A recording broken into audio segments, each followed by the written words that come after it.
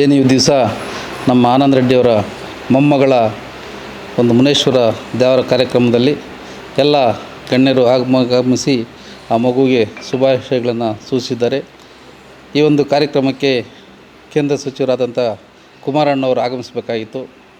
ಆದರೆ ಕಾರ್ಯದ ಒತ್ತಡದಿಂದ ಅವ್ರು ಬರೋಕ್ಕಾಗದಿದ್ದರೆ ಏನು ನಮ್ಮ ಯುವ ನಾಯಕರು, ಭವಿಷ್ಯದ JDS ಪಕ್ಷದ ನಾಯಕರು ಆಗಿರ್ತಕ್ಕಂಥ ನಿಖಿಲ್ ಕುಮಾರಸ್ವಾಮಿಯವ್ರನ್ನ ನಮ್ಮ ಶಾಸಕರಾದಂಥ ಸಮೃದ್ಧಿ ಮಂಜುನಾಥ್ ಅವರು ಇವತ್ತು ಅವರೇ ಸ್ವತಃ ಡ್ರೈವ್ ಮಾಡೋ ಕಾರ್ನ ಚಾಲನೆ ಮಾಡಿಕೊಂಡು ಕರ್ಕೊಂಬಂದರು. ಅದೊಂದು ಎಲ್ರಿಗೂ ಭಾಳ ನಮಗೆಲ್ಲ ಖುಷಿ ತರತಕ್ಕಂಥ ವಿಷಯ.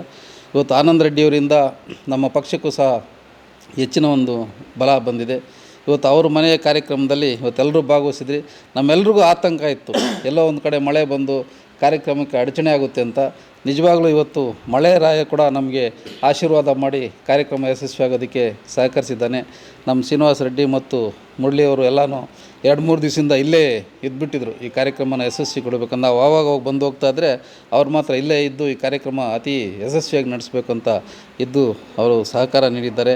ಎಲ್ಲ ನಮ್ಮ ಪಕ್ಷದ ಅಧ್ಯಕ್ಷರಾದಂಥ ನಾಗರಾಜಣ್ಣವರು, ಶ್ಯಾಮೇಗೌಡರು, ನಮ್ಮ ಪ್ರಭಾಕರ್ ಅವರು, ಎಲ್ಲ ಮುಖಂಡರು ಬಂದು ಈ ಒಂದು ಕಾರ್ಯಕ್ರಮವನ್ನು ಅಲ್ಲಿ ಭಾಗವಹಿಸಿದರು. ಇಲ್ಲಿ ಪಕ್ಷಾತೀತವಾಗೂ ಸಹ, ಯಾಕಂದರೆ ಇದು ಮೊದಲಿಂದ ಅವರು ಕಾಂಗ್ರೆಸ್ನಲ್ಲಿ ಇದ್ದಿದ್ದರಿಂದ ಒಡನಾಟವಾಗಿ ಪಕ್ಷಾತೀತವಾಗೂ ಎಲ್ಲರೂ ಬಂದಿದ್ದಾರೆ.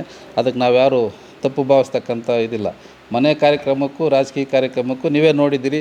ಎಷ್ಟೇ ಇದ್ದಿದ್ರೂ ಪಕ್ಷ ಅಂತ ರಾಜಕೀಯ ಅಂತ ಬಂದಾಗ ಎಷ್ಟು ನಿಷ್ಠೆಯಾಗಿ ಕೆಲಸ ಮಾಡಿ ಇವತ್ತೆಲ್ಲ ಇಲ್ಲಿ ನಮ್ಮ ಗೆಲುವಿಗೆ ಕಾರಣರಾಗಿದ್ದಾರೆ ಅಂತ ತಮ್ಮೆಲ್ಲರಿಗೂ ಗೊತ್ತಿದೆ.